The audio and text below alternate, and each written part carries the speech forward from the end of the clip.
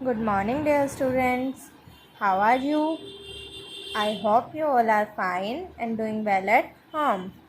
तो आज से हम आपका हिंदी का वर्क स्टार्ट करेंगे। तो आप सभी अपनी हिंदी की पुस्तक में पाठ 3 पेज नंबर 12 ओपन कर लीजिए। पाठ का नाम है मेरी माँ। प्रत्येक जीवन में माँ की बहुत बड़ी भूमिका होती है। माँ केवल बच्चे को जन्म ही नहीं देती, उसके जीवन की दिशा भी निश्चित करती है। ऐसा ही इस पाठ में राम प्रसाद बिस्मिल की माँ के बारे में बताया गया है कि कैसे उन्होंने उनकी जीवन की दिशा बदल दी। अब हम लेसन पढ़ना शुरू कर रहे हैं। स्टार्ट कीजिए। जब मैं चौथा दर्जा पास करके 5वें दर्जे में आया, दर्जा क्या होता है? कक्षा, क्लास। उस समय मेरी अवस्था लगभग 14 वर्ष की होगी। अवस्था क्या होता है? आयु। इसी बीच मुझे पिताजी के संदूक से रुपए पैसे चुराने की आदत पड़ गई थी। संदूक क्या होता है बच्चे? अलमीरा या जिसमें पैसे वगैरह रखते हैं, उसे क्या है? पैसे उठाने की आदत पड़ गई थी। किसे? राम प्रसाद बिस्मिल को। इन पैसों से उपन्यास खरीदकर खूब पढ़ता। उपन्यास क्या होता है? एक नोवेल टाइप होते हैं, बुक होती है जिसको वो खरीदकर पढ़ता था। पुस्तक विक्रेता महाशय पिताजी की जान पहचान के थे। पुस्तक विक्रेता कौन होते हैं? ये जिससे हम बुक्स लाते हैं, बुक्स बेचने वाले। वो क्या थे? बिस्मिल के पिताजी के जान पहचान के थे। उन्होंने पिताजी से मेरी शिकायत की। अब मेरी जांच होने लगी। मैंने उन महाशय के यहाँ से किताबें खरीदना ही छोड़ दिया। जैसे ही पुस्तक विक्रेता ने उसके पिताजी से शिकायत की तो बिस्मिल जी ने वहाँ से किताबें लेना बंद कर दिया। अब मैं सिगरेट भी पीने लगा। बुरी आदतों का घून लगना आरंभ ही हुआ था कि ईश्वर ने बड़ी सहायता की। बुरी आदतें, पहले वह चोरी करता, फिर वह सिगरेट पीने लगा। बुरी आदतों का क्या हो गया? उसको घून का मीनिंग होता है दिमाग, लगना शुरू हुआ कि भगवान ने उसकी बहुत सहायता की। एक रोज मैं पिताजी के संदूक से रुपए निकाल ही रहा था कि अचानक संदूकची खड़क गई। जैसे वो पैसे निकालने लगा, जो संदूक थी वो उसमें से आवाज आई। माँ को संदेह हुआ। संदेह क्या? शक हुआ। उन्होंने मुझे पकड़ लिया। ईश्वर की कृपा से मेरी चोरी पकड़ ली गई, नहीं तो 2-4 वर्ष में न दीन का रहता न दुनिया का। इसके बाद भी मैंने बहुत घातें लगाई, किंतु मेरी कोई चाल न चल सकी। यानी कि उन्होंने बहुत बार कोशिश की लेकिन उनकी नहीं चली। इसी प्रकार की कुटेवों के कारण 2 बार मिडिल परीक्षा में अनुत्तीर्ण रहा। अनुत्तीर्ण क्या होता है? फेल हो गया। तब मैंने अंग्रेजी पढ़ने की इच्छा प्रकट की। पिताजी ने मुझे अंग्रेजी पढ़ाना नहीं चाहते थे, बल्कि किसी व्यवसाय में लगाना चाहते थे। व्यवसाय क्या होता है? कारोबार में चाहते थे। माताजी की कृपा से मैं अंग्रेजी पढ़ने भेजा गया। इसी बीच पड़ोस के देव मंदिर में एक पुजारी जी आ गए। वह बड़े ही सच्चरित्र व्यक्ति थे। सच्चरित्र क्या? सच्चे अच्छे चरित्र वाले व्यक्ति थे। मैं उनके पास उठने बैठने लगा, कुछ पूजा पाठ भी सीखने लगा। कहते हैं ना, जैसी संगत होती है वैसा ही रंग चढ़ता है। अब क्या है? पहले वो चोरी करता था, अब क्या है? वो एक पुजारी के पास बैठने लगा और उसकी आदत भी वैसे ही होगी। पूजा पाठ करना सीख गया। पुजारी जी के उपदेशों का बड़ा अच्छा प्रभाव हुआ। मैं अपना अधिकतर समय पढ़ने में व्यतीत करने लगा। व्यतीत क्या होता है? बिताने लगा। एक दूसरे सज्जन की देखा देखी मैंने व्यायाम करना भी आरंभ कर दिया। पहले पूजा पाठ करने लगे, उसके बाद बिस्मिल ने एक और व्यक्ति को व्यायाम करना देखा तो वो भी करने लगे।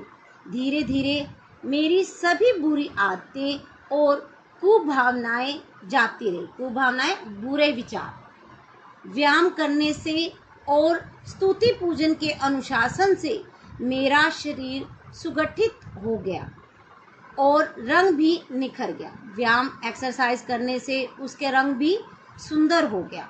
मुंशी इंद्रजीत ने मुझे सत्यार्थ प्रकाश पढ़ने की सलाह दी। मुंशी इंद्रजीत ने क्या है, एक सत्यार्थ प्रकाश बुक पढ़ने की सलाह दी। सत्यार्थ प्रकाश के अध्ययन ने मेरे जीवन में एक नवीन पृष्ठ खोल दिया।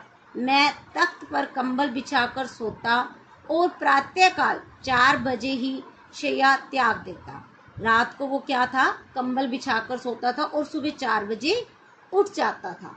स्नान संध्या आदि से निवृत्त होकर व्यायाम करता।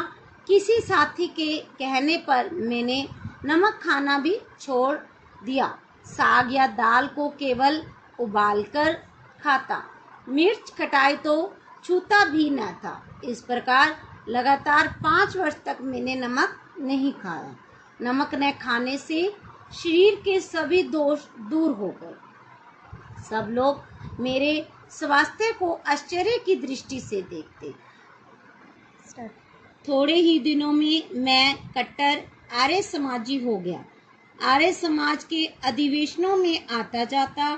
सन्यासी महात्माओं के उपदेशों को बड़ी श्रद्धा से सुनता। जब कोई सन्यासी आता तो उसकी हर प्रकार से सेवा करता, क्योंकि मेरी प्राणायाम सीखने की बड़ी उत्कट इच्छा थी। मेरे कामों को देखकर मोहल्ले वालों ने पिताजी से मेरी शिकायत की। पिताजी ने मुझसे कहा कि तुम आर्य समाज से अपना नाम कटा दो। अब पड़ोसी क्या कहने लगे, उसके पिताजी से उसकी शिकायत की गई। पिताजी ने मुझसे कहा तुम आर्य समाज से अपना नाम कटा दो। मैं नहीं माना। पिताजी को क्रोध अधिक बढ़ गया।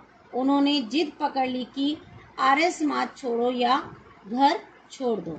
मैंने बहुत सोच विचार किया और अंत में घर त्याग देना ही उचित समझा। उस समय मैंने केवल एक धोती पहनी हुई थी। मैं कमीज पहनने लगा कि पिताजी ने हाथ से कमीज छीन ली और मुझसे क्रोध में कहा, निकल जाओ।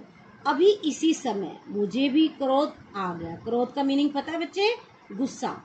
पिताजी के पैर छूकर मैं घर से बाहर निकल आया। बाहर निकलकर सोचने लगा कहाँ जाऊं। शहर में किसी से जान पहचान नहीं थी। जहाँ छिपा बैठा रहता। मैं जंगल की ओर भाग गया। एक रात और एक दिन वही पेड़ पर रहा। भूख लगने पर आसपास के खेतों से हरे चने तोड़कर खाता। नदी में स्नान करता। दूसरे दिन संध्या समय क्या होता है, शाम के समय मैं आर्य समाज मंदिर में गया।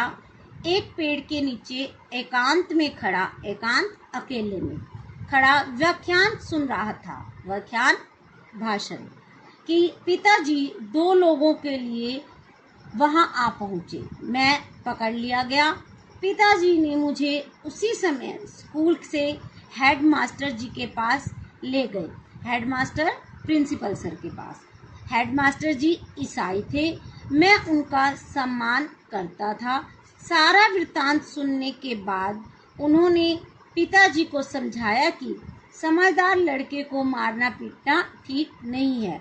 मुझे भी समझाया। उस दिन से पिताजी ने मुझे कभी हाथ नहीं उठाया। उस दिन से वे मेरा अधिक विरोध नहीं करते थे। जब से प्रिंसिपल ने समझाया तो उसके पिताजी ने भी उनका विरोध करना छोड़ दिया। मैं भी पढ़ाई में ध्यान लगाने लगा और अपने प्रत्येक दर्जे में प्रथम श्रेणी में उत्तीर्ण होता। प्रत्येक दर्जे यानी कि हर क्लास में। पहले हमने उस पेज पे अनुत्तीर्ण पढ़ा था। अनुत्तीर्ण का विलोम शब्द उत्तीर्ण, यानी कि अनुत्तीर्ण फेल होना और उत्तीर्ण पास होना। मेरी माँ मेरे धार्मिक कार्यों तथा शिक्षा आदि में बड़ी सहायता करती थी। वह प्रातःकाल 4 बजे ही मुझे जगा दिया करती थी। मुझे जब कभी धन की आवश्यकता होती थी तो मैं माँ से कहता, वह मेरी मांग पूरी कर देती थी। मेरा स्कूल घर से 1 मील दूर था। मैंने माँ से कहा कि मुझे साइकिल ले दे।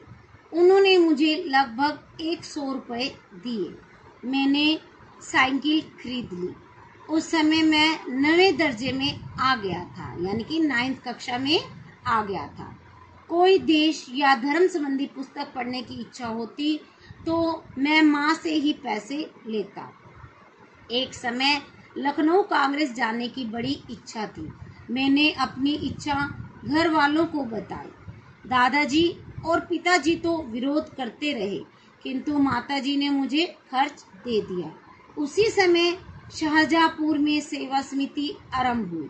मैं बड़े उत्साह के साथ सेवा समिति के कामों में सहयोग देता था।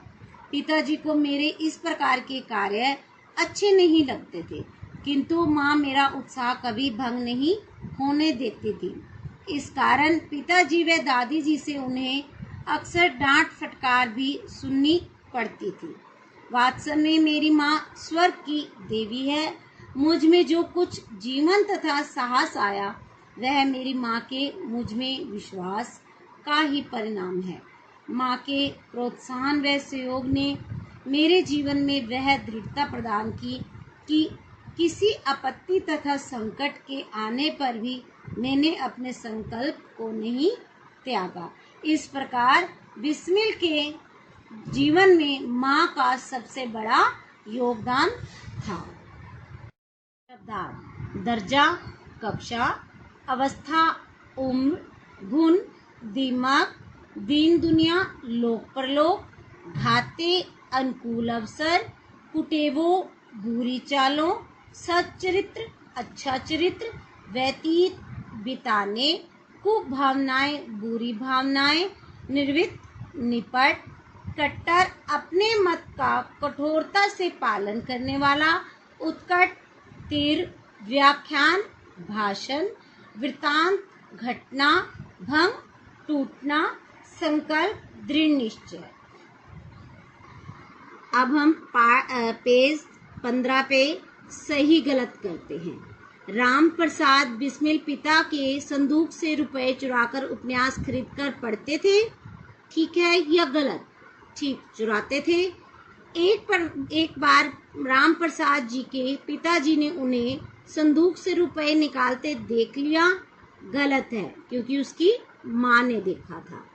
अपनी बुरी आदतों के कारण राम प्रसाद 2 बार मिडिल परीक्षा में अनुत्तीर्ण रहे, फेल हो गए थे ना, तो इसका मतलब ये ठीक है।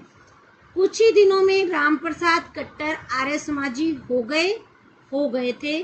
ठीक है। राम प्रसाद बिस्मिल को उनकी दादी जी ने 100 रुपए दिए। गलत, उसकी माँ ने दिए।